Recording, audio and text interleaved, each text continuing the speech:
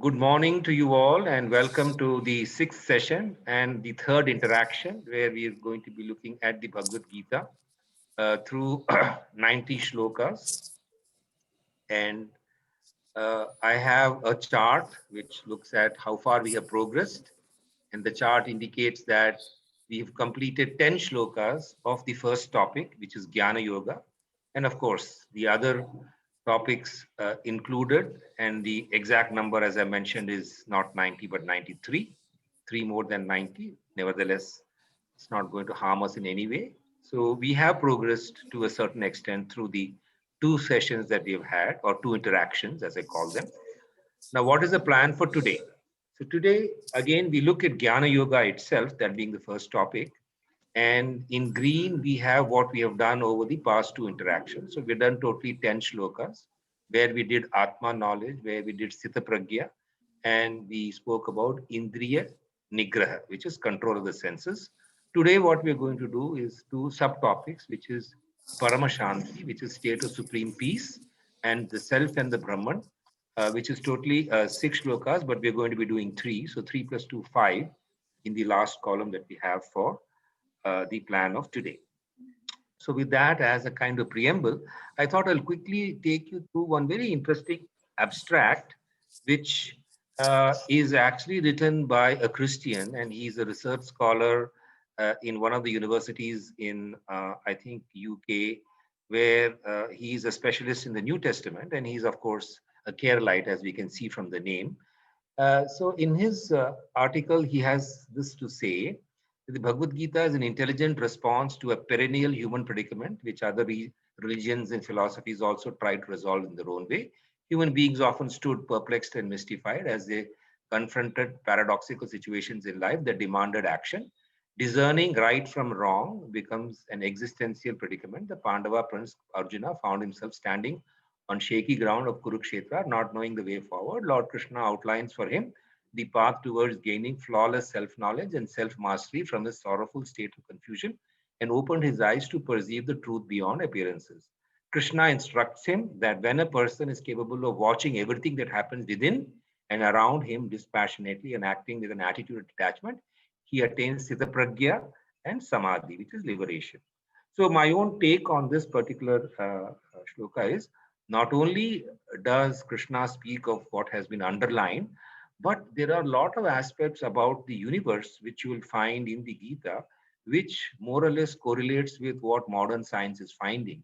And therefore, the research article has spoken about the most practical aspect of the impact of the Gita, but does not speak of the scientific and the cosmological aspects, is my own reaction to this particular abstract. But nevertheless, the last lines which have been underlined are by themselves very valid and give us a quick summary of the beauty of the Gita for in terms of the practical wisdom.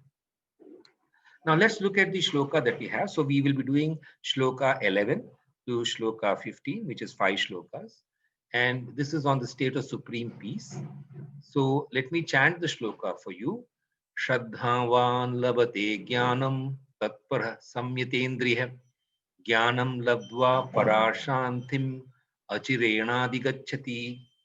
Now you would find that I am, chanting slightly differently from what you may have heard in the previous interactions, and that is because I interacted with a professor of Sanskrit who told me that this being in the Anushtubh meter, which is a particular rhythm, it has to be chanted in a particular way, which is what I'm trying to reproduce, and henceforth all my chants would be having this a little, moving up and then down, Shraddhavan labate jnanam tatpara samyatendriya.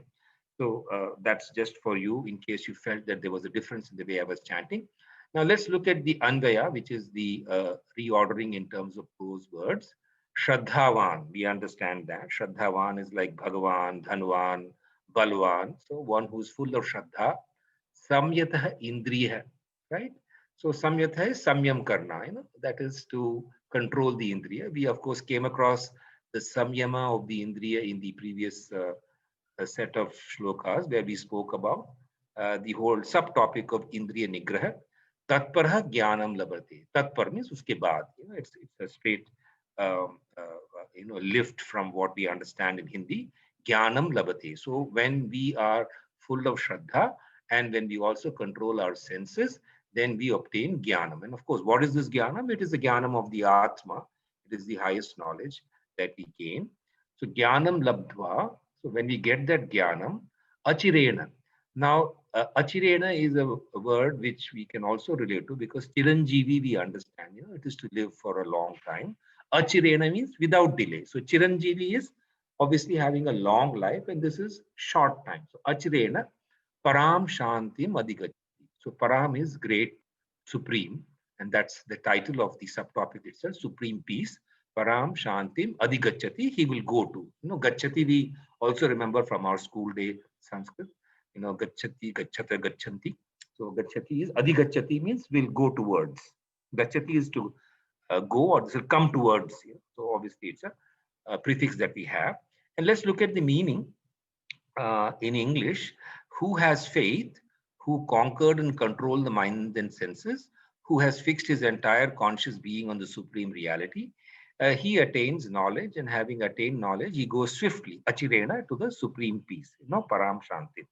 And in Hindi भी है जो मनुष्य श्रद्धा से युक्त है, जिसने अपने मन और इंद्रियों को अपने वश में किया है, जिसने अपने संपूर्ण चेतन सत्ता दैट इज चित्त को उस परम पुरुष में स्थिर कर दिया है, वह ज्ञान को प्राप्त करता है। वह मनुष्य ज्ञान को प्राप्त करके अविलंब, अविलंब इज ऑब्वियसली विदाउट डिले, पराम शांति या परा शांति को प्राप्त कर लेता है। So far we have the outer meaning, and let me quote a very interesting um, uh, extract from Swami Rama. Now, Swami Rama was obviously an Indian who had settled in the US, and he has a commentary on the Gita called Perennial Psychology of the Gita. So what he has to say, I'll quickly read this and then offer my own comments on the matter. So the super comment from this, which illuminates. So what I do is I typically look at all the commentaries and choose a commentary which gives a insight that's of great value to us, and therefore we look at the entire matter from that perspective. Among all the branches of knowledge, the highest is spiritual knowledge, Adhyatma Vidya, which is obtained by the systematic method of inward journey. So inward journey is not something that happens in jerks and spurts. It has to happen through some sadhana, which is the systematic method. This purest of all knowledge is the knowledge of the Atman, the center of consciousness, which completely quenches the thirst for knowing the truth.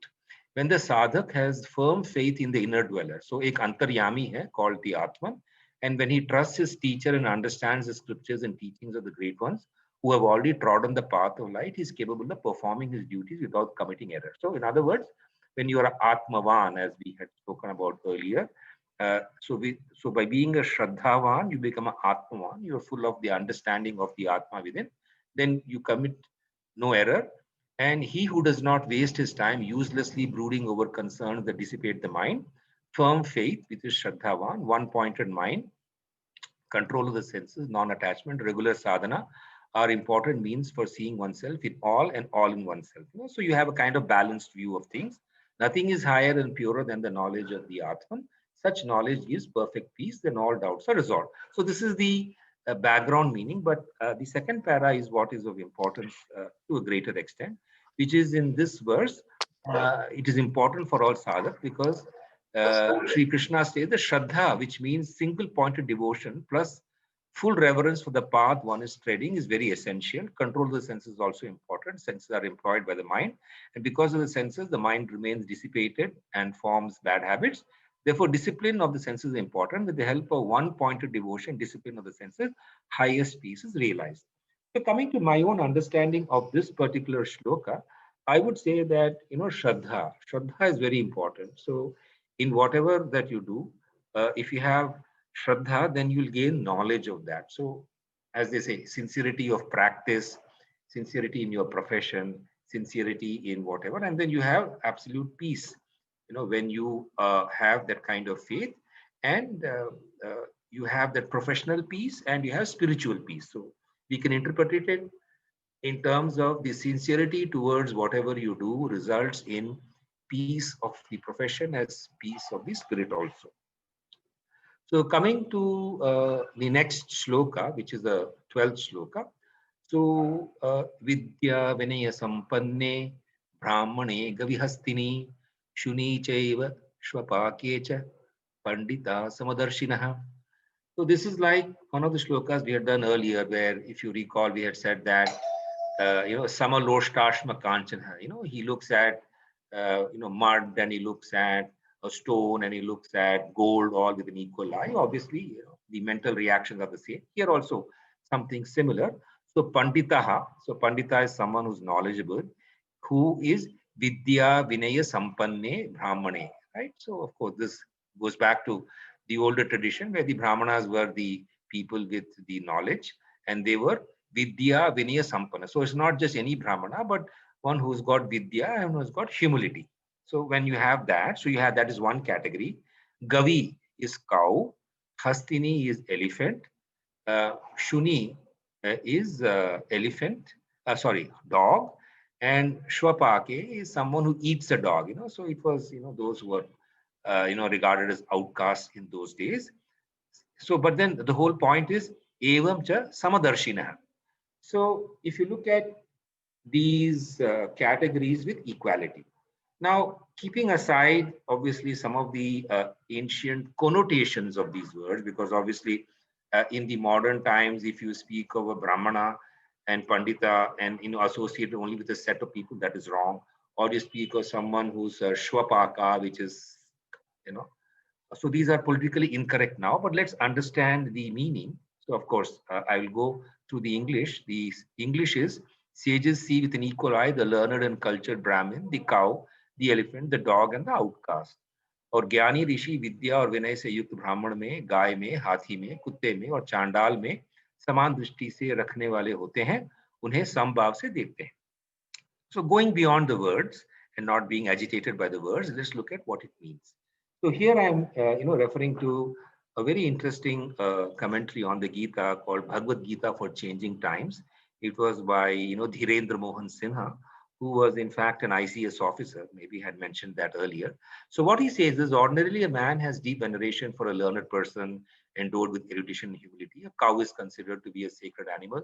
An elephant is a bulky animal. A dog is considered to be a dirty animal. Of course, modern thought is it's a very loyal animal. A degenerate person of dirty habits, though a human being lives the life of an animal. These five types are mentioned in this shloka because ordinarily people look at them with a certain different attitude of mind, a kind of feeling for venerable feeling for some and contempt for the other. But a Jnana Yogi, reposed in the Atman, views them with evenness of mind. Because of him, it is the universal self manifesting itself in different shapes.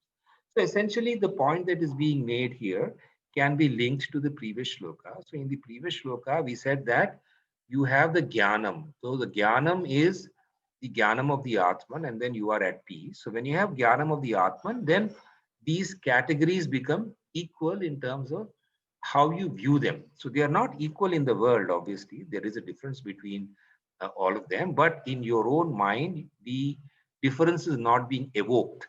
And therefore, that is where you have supreme peace, because all our peace of mind, if we go back to our own experience. So my understanding of this is, when we do not get unnecessarily agitated and don't lose our peace of mind when we see different things around us, then we have truly attained a certain degree of calmness within ourselves, and that is a paramashanti. So when I have a certain calm core within myself, then whether I see someone on the road, or whether I see some movie, or whether I see some clip, or whether I hear some news, I'm kind of balanced because I have an inner core of peace within me, and therefore I become what in modern language you say unflappable. I cannot be easily balanced, unbalanced all that easily. So Paramashanti means in practical life, I don't get tilted, or I'm not like like a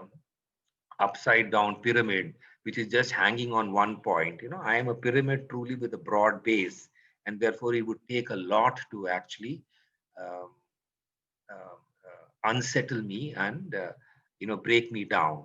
So that's the meaning of this. Now we've done therefore two shlokas. I'm just quickly going back. which talks about peace. So one is, Shraddha is an important aspect of peace, and the consequence of peace is we are able to look at things with a great degree of equanimity. We are at 12:35. I have 20 more minutes. So we go to the next shloka. Okay, the self and the Brahman. So aham atma gudakesha sarvabhuta shayastira aham adishcha madhyam cha bhutanam antameva cha. So hey Gudaka Isha. Okay, Gudaka Isha is someone who has controlled sleep. Aham Atma. I am the Atma. So this is the Lord, that is Krishna, speaking in um, what is called Uttam Purush. That is what we call first person in English. Aham is Uttam Purush because Pratham Purush is Saha, someone else. You're pointing what we call third person in English. So this is an Uttam Purush. So Krishna says, Aham Atma, I am the Atma. Sarva Bhuta Ashaya Stitah. So I am there within all human beings or all living beings. Aham Bhutanam Adi. Adi is beginning, Madhyam is middle, Antaha is end. So we can see that little, modern apple and the half of the apple, and of course the core of the apple. So the meaning of this is very clear, but this has a deep significance in terms of modern cosmology, modern science. So I will come to that because there are 3 slides that I'm devoting to this particular shloka. So the meaning is very clear. Aham Atma Gudakesha Sarva Bhuta Shayastita Aham Adishta Madhyam Cha Bhutanam Antameva Cha. So the Hindi translation is Hey Nidra Vijayi Arjun. मैं समस्त प्राणियों को और पदार्थों की हृदय गुहा केव of the heart में निवास करने वाला आत्मा हूँ और मेरे समस्त चराचर भूतों का प्रारंभ मूल कारण आई एम द ओरिजिन मध्यकालीन अवस्था which is the middle state which is when you and me are seen और अंत भी हूँ so it's a broad statement of the presence of the divine amongst what we call the world. Now, let's understand this in a little degree of detail. So, very interesting comment being made. Krishna begins with the highest truth, right? That the God is the self within you. So, Aham Atma. And then addresses Gudakesha. So, Aham Atma Gudakesha. Now, Gudakesha means one who has conquered sleep. So, Arjuna is representative of a very active nature. He is very alert. He's very dynamic. But the point that is being made is what is the use of this dynamism? What is the use of this entire smartness or outer capability of high IQ, which we apply to the world, if we are internally asleep? And therefore, Krishna subtly suggests that Arjuna should also conquer the internal realm of ignorance. So, by saying that, so it is the intelligent conjunction of the name. Now, he could have as well said, Ahamatma Partha or Ahamatma Kaunteya. So why did he say Gudakesha? As have been mentioned by a number of commentators, the very use of some of the names is also evocative of the meaning behind the shloka in which the particular name is to be found. So in this case, the suggestion is, Arjuna, you are very vigilant and smart outside, but your inside is khokla in the sense that you have not been able to find your internal core of peace, which was referred to earlier. So that is a link with the previous shloka where we said that a person with that inner core of calm is able to take things easily. And this is the reason why the person is able to take things easily, because the inner ignorance has been rooted out. And therefore, personifying Brahman, Krishna further declares himself as the beginning, middle, and end of all things. Brahman is the substratum of all things. All beings arise in Brahman, exist in Brahman, and merge back into Brahman. Now, this whole concept needs a little bit of further elaboration and understanding. So I'm going to present a little diagram for you. Okay, now this is called Indra's net. So in the sense that each of these little circles is like each one of us. We have a little boundary, but we are driven by the Atman. And the entire fabric is that of, Paramatman. So Paramatman is there everywhere. And then we are little Jivatmas who are there. And we are all linked to each other depending upon the degree to which we have attained Paramashanti. If you have not attained Shanti at all, we are totally agitated. then every little circle is just lost in its own self. It is not able to see others. It is not able to connect with others. It is not able to get suggestions from the environment because each circle is blocked up, kind of choked up. But in Indra's net, so the concept is, of course, in the Vedic times, we had Indra as uh, the great power behind all the Indriya. And therefore, Indra's net is we are all nodes of a kind of net. And when we do our job in the node, we get a lot of information, a lot of inspiration, a lot of suggestions, a lot of guidance from the entire fabric of the universe. Of course, coming back to that very famous statement from Om Shanti Om, Jab Puri Kainat, I know, I don't know the full thing, but you understand what I'm saying. So the whole universe will conspire to support you. It can do that only when you are obviously energized by the presence of the Atman or the self within your own self. Now let me come to Shloka 14, and what time are we on? We are on 12:41. I think we run rather fast today. So Shloka 13.1, this is from the 13th chapter. And this is what we have in terms of the Shloka recitation itself. Idam shariram kaunteya Kshetramityavidhiyate etadyo veti tam prahu kshetragam iti tadvidah. So Sri Bhagavan says, Hey Kaunteya, idam shariram, this body, kshetram, field, kshetra we understand, iti avidhiyate, it is called, avidhiyate is named or called or identified. Etat yah veti, one who knows this, that is one who understands the field, tam kshetragya iti tatvidah, right? So the person who understands the body or who drives the body or whose energy behind the body, he is called a kshetragya. So the kshetragya is another name for the Atman, but the 13th chapter is defining it from a slightly different perspective in terms of nomenclature. So this is where we have a lot, and this of course links to the previous comment. So we can look at this as all the kshetra. So the kshetra has all the different jivatmas, but then the person who understands the atma, who understands the intelligence behind the entire network or the node, is called kshetragya. One who understands the kshetra, and therefore the English translation. So it's a simple statement here. We simply have a statement of course, a particular point of view of the universe, which says that the body, so the body can be my own body, or the body can be a set of bodies, and the person who drives that body is called Kshetragya. So the Blessed Lord said, this body, O son of Kunti, is called the field, and that which takes cognizance of the field is called the knower of the field by the sages. And in Hindi, Shri भगवान ने कहा, हे कुंती पुत्र अर्जुन, यह शरीर क्षेत्र के नाम से कहा जाता है. जो इसे जानता है उसे क्षेत्र और क्षेत्रज्ञ के यथार्थ स्वरूप को जानने वाले ज्ञानी क्षेत्रज्ञ कहते हैं. So again, by using the word prahu, which you find is the last word, Lord Krishna is saying that a lot of other people who are wiser than him or who have been his gurus, or it's a tradition. Therefore, it's a long handed down tradition that the body is called the field and the knower of the field is called Kshetragya, because this kind of division has been spoken about by other people, other sages also. So coming to the meaning of this, so the super comment is, of course, from two people, which is that the concept of the field and the knower of the field applies at two levels, at the level of the cosmos and at the level of the individual. At the individual level, the body is called the kshetra, as I had mentioned, in which the events happen, birth, growth, old age, death, all happen to the body. The field is not the physical body alone, but also all the things that support. So human emotions, the environment, all the things that help the body are called components of the field. But a man's conscience or the Atman is the knower of the field, the Kshetragya. It lies behind all our activities as silent witness. So the Atma is there behind you, and that's the key takeaway that we have from this shloka. And I think the whole question would be, what is the relationship between the Kshetragya and the Kshetra? While on one hand, we can go by what the shloka says, which is you have a field and knower of the field.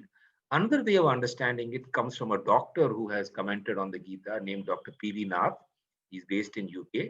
So he says that the Atman needs the body to express itself, and the body needs the Atman to remain alive.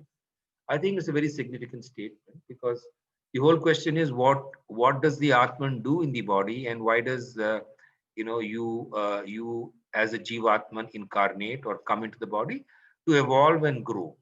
So evolving and growing with sadhana is the main purpose, as we do the things required for the body to live for 60, 70, 80 years. So the material world is important to sustain the body, but the mental growth inside, that is being the opposite of Gudakesha. We may be very smart in our external. So my understanding from this shloka is uh, that we need to link up with the kshetragya within us, or the atma within us, because then the purpose of life becomes very clear to us, because the kshetragya, or the conscience, as we say in more conventional English, you should listen to your conscience, and therefore enable the conscience to dictate what you would be doing. And that would be the way in which we can understand the purpose of our own life. Okay. Then I come to the last shloka for the day, and of course we have a lot of time for discussion. So, Gyeyam yattat pravakshyami yadgyatva amrtamashnute anadimat param brahma na sattannat saduchyate. So, what does this mean? We have from the Anvaya, yat gyeyam yat gyatva amritam ashnute tat pravakshyami. So, yat gyeyam, knowing which, yat gyatva, and after knowing that, amritam ashnute, it's like having amrita. So I'm going to tell you what that is. So it's a statement which says, and I will refer you to the blue translation. I will declare that which has to be known, knowing which one attains immortality, which is the beginningless Brahman, or the network, or the fabric, and all that. So the point is that anadimat param brahma na sat na asat uchyate. Now this is a very, very interesting statement of contradiction. So if on one hand we say that the entire universe is pervaded by this consciousness, this fabric, then what does Krishna mean when he says that I am neither being nor non-being? So the contradictory nature of what is being said is clearly apparent in the Hindi translation. जो ज्ञेय तत्व है जिसे जानकर मनुष्य अमृतत्व का उपभोग करता है, उसका वर्णन करता हूं. So that's a straight statement. वह ज्ञेय आदि से रहित परब्रह्म है, वह न तो सत है और न असत कहा जा सकता है. So it is neither the truth nor is it the untruth. So this is a perplexing statement, and let's understand this through the commentary, and I will of course try to convey my understanding too. So this is from a professor of physics who was teaching at the Rochester Institute of Technology, V.V. Raman. He retired as a professor of physics there. So his comment is the most illuminating. So he says that these lines refer to an important aspect of the infinite, namely that it is beyond the dichotomies that govern the finite world. Truth and untruth, like right and left or up and down, characterize the human and physical world. But Brahman, the substratum of the universe, transcends these. In the terminology of modern physics, different types of interactions are in operation in the physical world. But these distinctions are valid only in the normal regimes of energy. At extremely high energy domains, they merge into one single unit. In that state, there is no distinction, no only unification. So I'll give you an example of this. So while let's say that we are looking at sources of energy generation, we can speak about thermal power, we can speak about tidal power, we can speak about let us say geothermal power, we can speak about wind power. So when you look at the source of all these elements of power, they merge into ultimately what may be called power from the sun or solar energy. Though solar energy by itself, when you take insolation, it is another form, as we have in the photovoltaic cells. But all of them are either transforming the direct solar energy or the indirectly stored solar energy. So all these forms, so there is no truth or untruth about the present. So they are present, which is the truth. They're also not present because they all merge into solar energy. Now, if you go to the solar, nuclear process, the thermonuclear process that happens there, ultimately it turns out to be nuclear fusion. And in nuclear fusion, again, you can go. So you'll find that at each level, there is a broader entity or a more fundamental entity into which the energy is being merged. And therefore, can we really say that thermal energy from coal exists? At one level, it is yes. At one level, it is no, because ultimately it is the indirect reflection of the energy transformations that happen in the sun. So that's the meaning of this, that the supreme energy is neither Sat nor Asat. And therefore, we are really looking at something which is a very, very fundamental aspect of the universe. And let me go to the second paragraph. This analogy is important, for unless one has attained the transcendental state, one cannot ignore the relative categories. The categories of truth and falsehood, right and wrong, justice, injustice do exist in the normal world. So obviously, when we talk about the normal world, uh, you know, to understand thermal power as being, something that leaves a huge carbon footprint is something we understand, and therefore the need to switch to solar power. So these have got very practical implications. They are very real and important, as the sentence says, because without these distinctions, there cannot be any society or civilization. But it is important to recognize that such dichotomies are valid only as we are confined to the finite domain. When our consciousness has evolved to the highest levels, one has achieved full realization, such differences dissolve. So both from an engineering perspective and from the perspective of the ultimate fabric of the universe, there is no Sat and Asat, and that's the key learning that we have from this shloka. Now, for all the references, I've given the references here because I consulted these books, but I think it's now time for going into discussions, insights, and Q&A. So I'm going to stop my presentation and would seek out your thoughts, your insights from each one of you. So probably I will leave it to you, to whoever unmutes and can come online. Rajshekhar, can you throw some light on this? Atma needs body to remain alive. What Partharthi has said. Oh no, so the body needs the Atma to remain alive, whereas the Atma needs the body for its expression. For its expression. Acha, acha, acha. Other way around, other way around. Right. Okay. So you said it the other way around. Okay. That's why I was thinking it got registered in my mind. Yeah. Atma needs body to remain alive.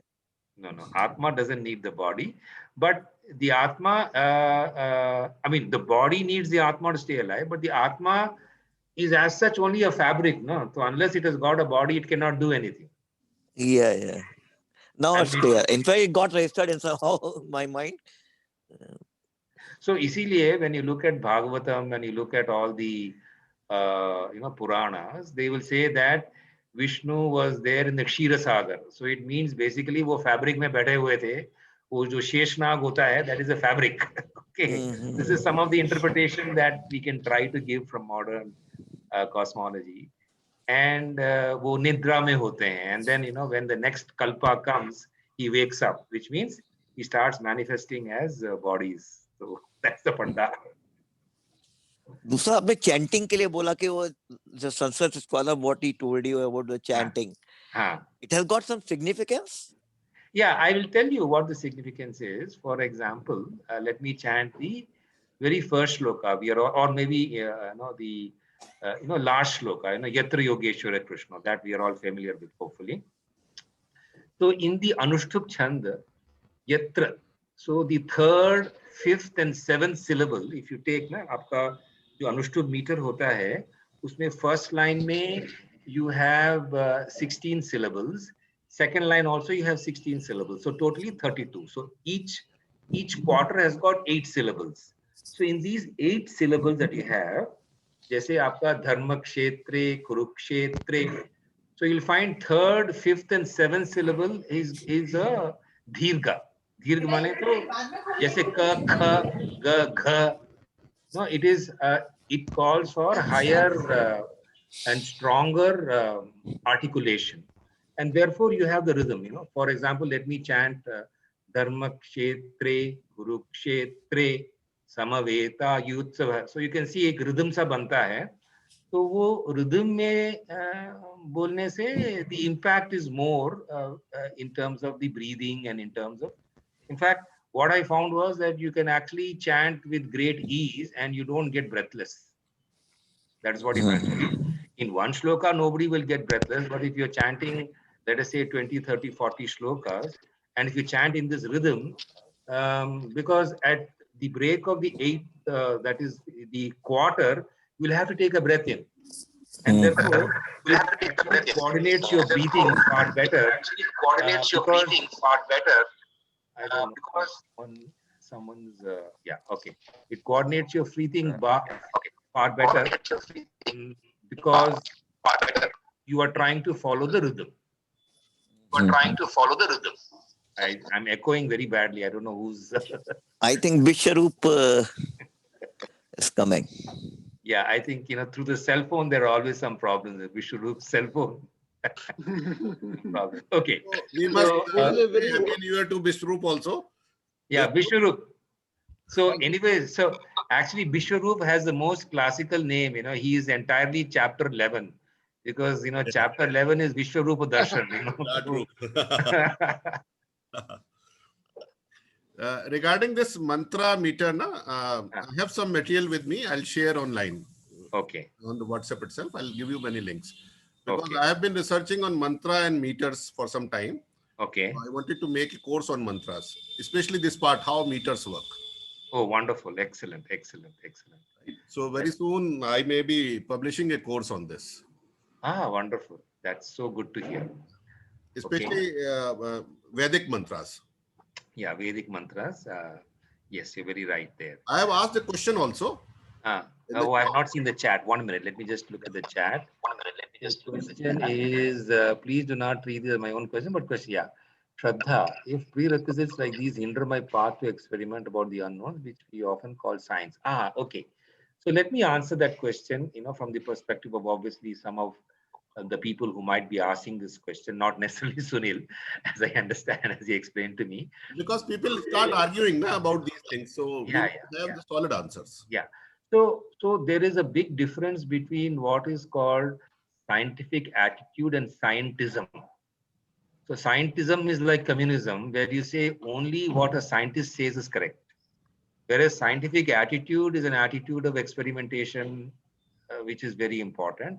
And in any scientific endeavor, there's a certain amount of shraddha because you have a firm belief that nature goes by some laws. And you want to discover what those laws are. If nature does not have a orderly aspect to it, it will not yield itself to mathematical representation. A mathematical representation of nature and a predictive capacity, which is what we all do as scientists and engineers, is assuming that nature's nature will not change tomorrow. So tomorrow sun will not rise in the east. Tomorrow the gravitational constant will not change. So don't you have faith in that? So today you plan your experiment. Suppose tomorrow the gravitational constant changes, the speed of light changes. So are you not having shraddha? That is number one. Number two, shraddha is, if you ask, have you seen electron yourself? Right, everybody asks, seeing is believing. आपने खुद देखा electron को? हाँ या ना बताओ. You've only read descriptions of it, and wise people, scientists who have done some experiments and who say that the electron exists. So the whole question of shraddha is there both in science as well as in spirituality. It is a very, very narrow definition of shraddha when you say that it is only found in spirituality and not found in science. So science is equally driven by shraddha, which is not being able to see what you have to believe in.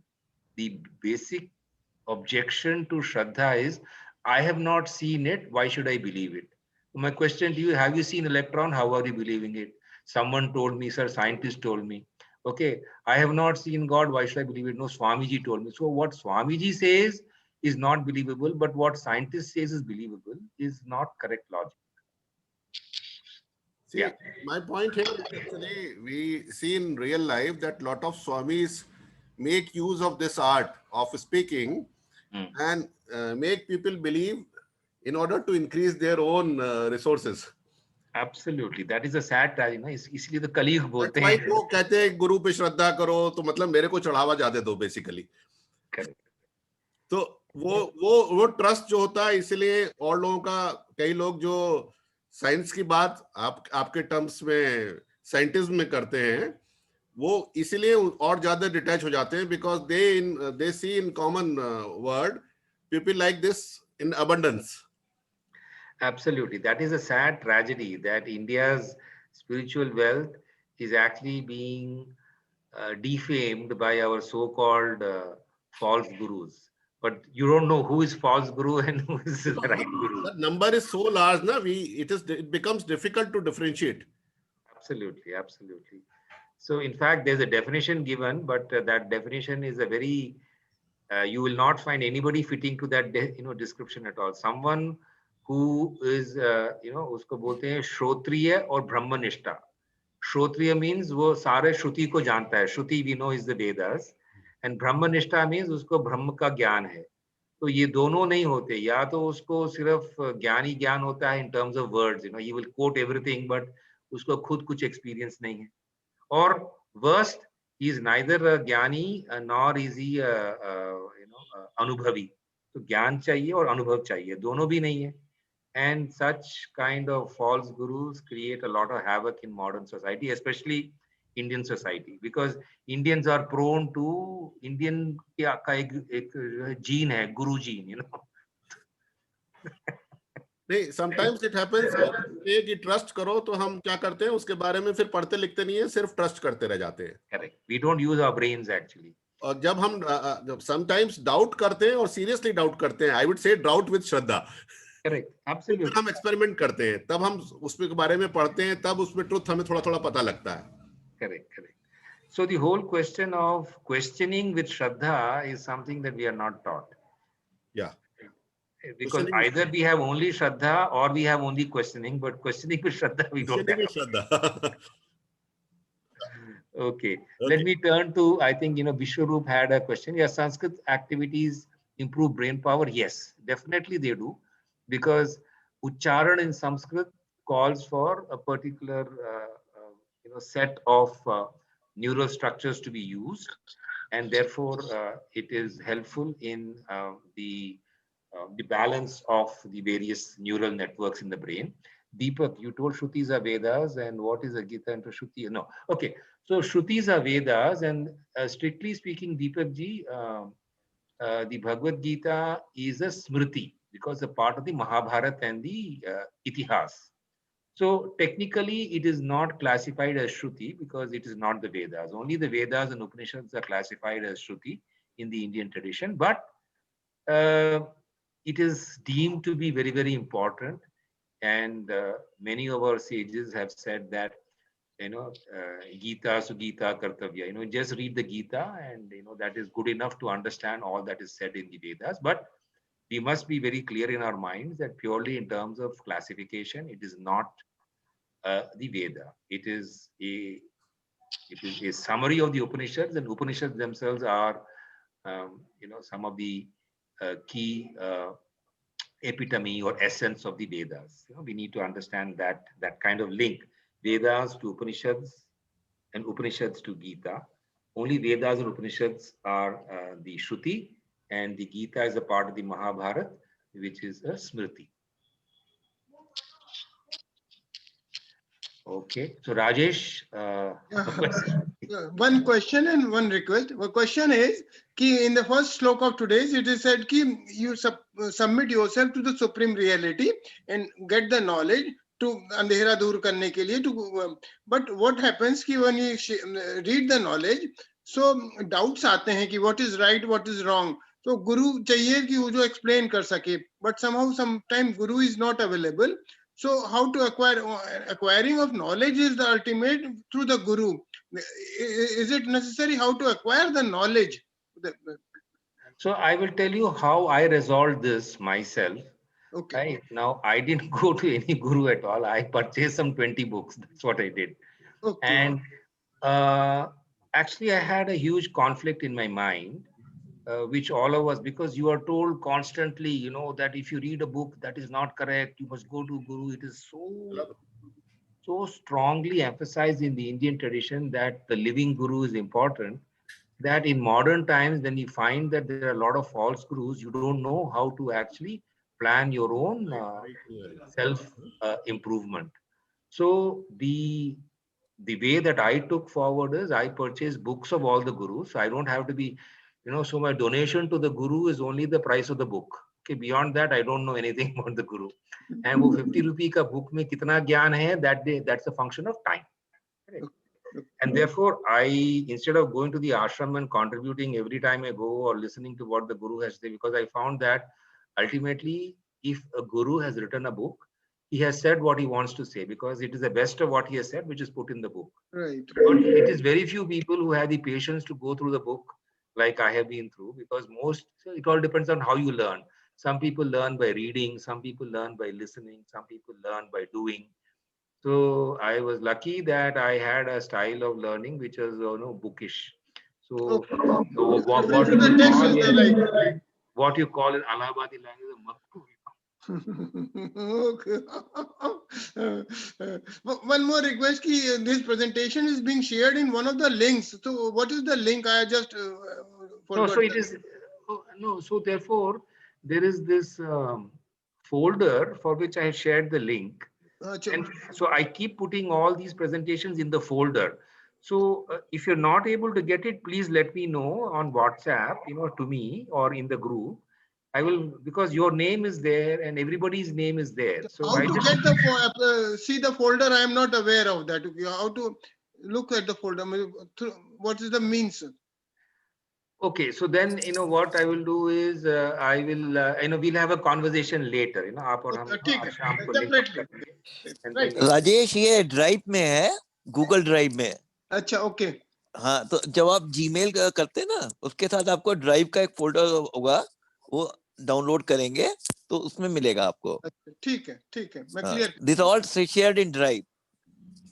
Okay. I will write the detail in the group also. Okay. How to see the drive and all those. Thank you so much.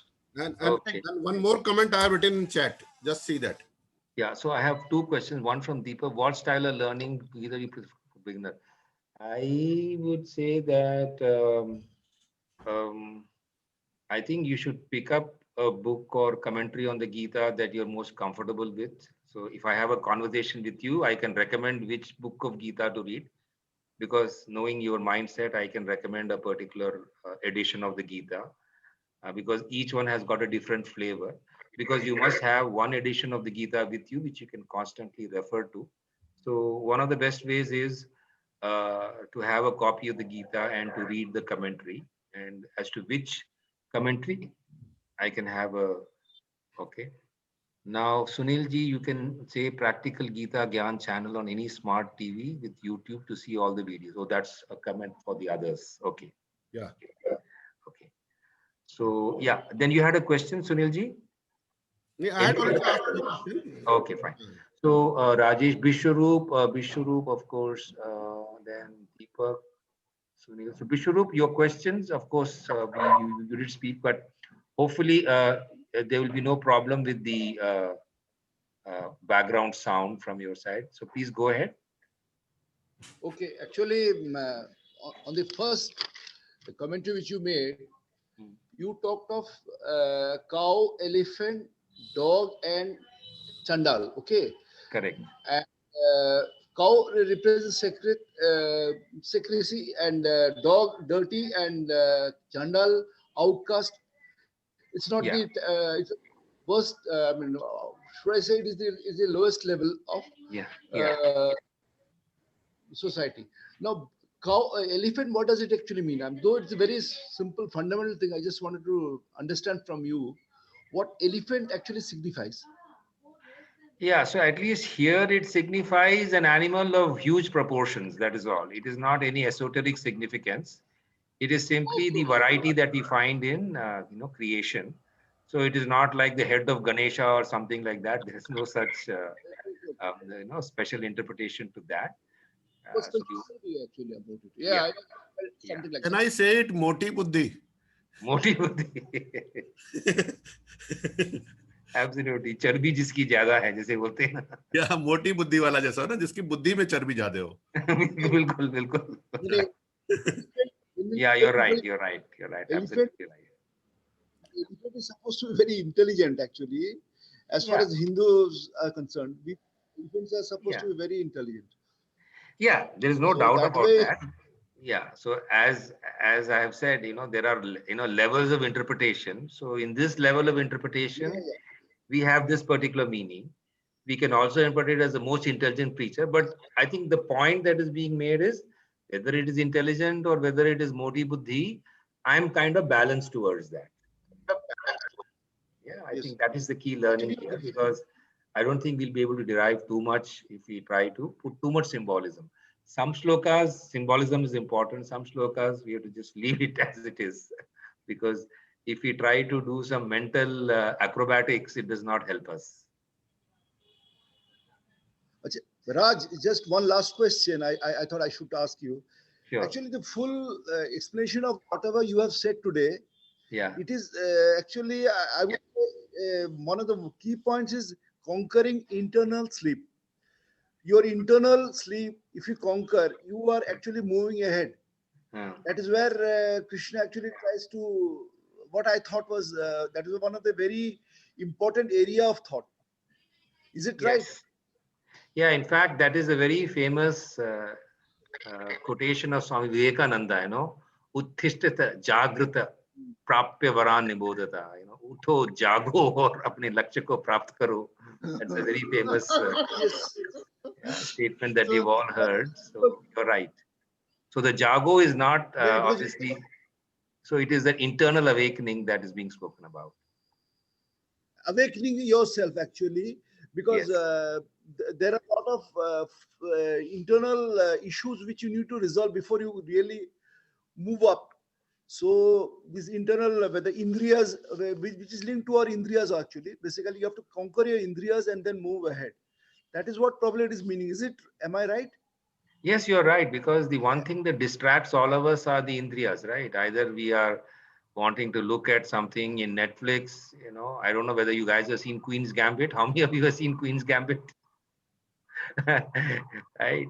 Or it may be anything that attracts us, or it may be the kind of food that we like to have, or it may be the kind of music we want to listen.